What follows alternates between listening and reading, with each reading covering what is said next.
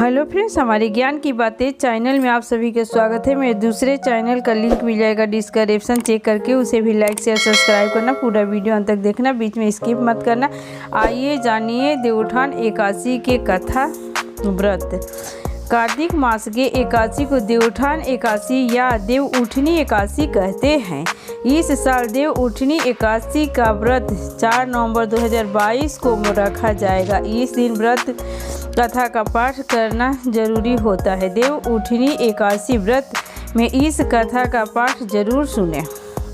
धार्मिक मान्यता है कि अनुसार इस दिन भगवान विष्णु 4 महीने के बाद योग निद्रा से जागते हैं, जिसके बाद से सभी प्रकार के मांगलिक कार्यों की शुरुआत हो जाती है। देवउठनी एकादशी के दिन भगवान विष्णु की पूजा के साथ साथ व्रत कथा का पाठ भी किया जाता है।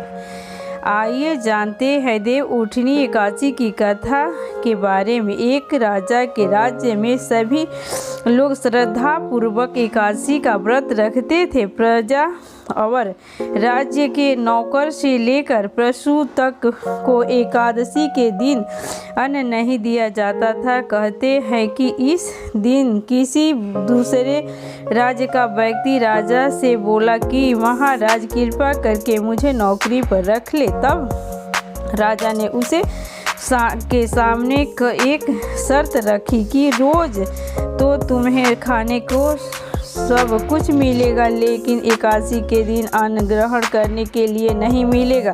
राजा के कहने के अनुसार वह व्यक्ति राजी हो गए, लेकिन जब एकादशी का दिन आया तो उसने फलाहार के सामना करना पड़ा। तो वह राजा के सामने जाकर कहने लगा, महाराज इससे मेरा पेट नहीं भरेगा, मैं भूखा ही मर जाऊंगा, मुझे अन्न दिया जाए। राजा ने उसे शर्त की बात याद दिलाई, लेकिन वह व्यक्ति अन्न त्याग करने के लिए तैयार नहीं हुआ, जिसके बाद राजा ने उसके लिए अन्न की व्यवस्था कर दी। वह रोज की तरह नदी पर पहुंचा और स्नान करने के बाद भोजन पकाने लगा। जब भोजन बन गए तो वह भगवान को बुलाने लगा, आओ भगवान भोजन कर तैयार हो गया है। कहा जाता है कि उसके बुलाने पर पीतांबर धारण किए भगवान चतुर्भुज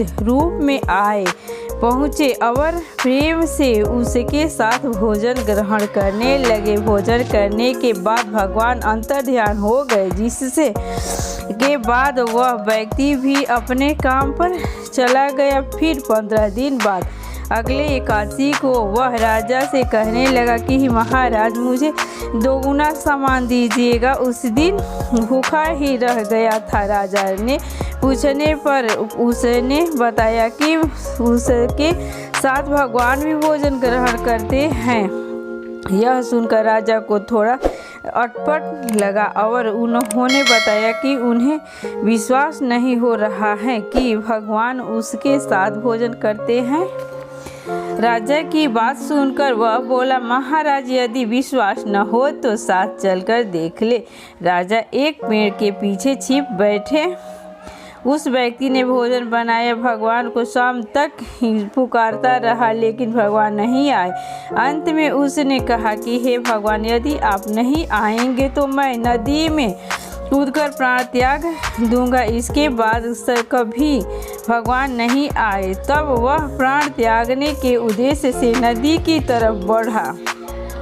प्राण त्यागने का उसका दृढ़ इरादा जान शीघ्र ही भगवान ने प्रकट होकर उससे रोक लिए और साथ बैठकर भोजन करने लगे। भोजन के बाद भगवान अपने गंधर्व को चले गए। यह देखकर राजा ने सोचा कि व्रत उपवास से तब तक कोई फायदा नहीं होता जब तक मन शुद्ध न हो। इससे राजा को ज्ञान मिला।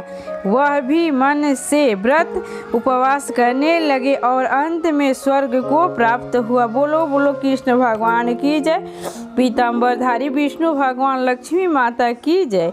तो 4 नवंबर को तुलसी विवाह भी होगा। ठाकुर जी महाराज 4 महीना से योग निद्रा में सोए हैं तो जागेंगे, तो उसके उपलक्ष्य में हम व्रत पूजा पाठ करेंगे।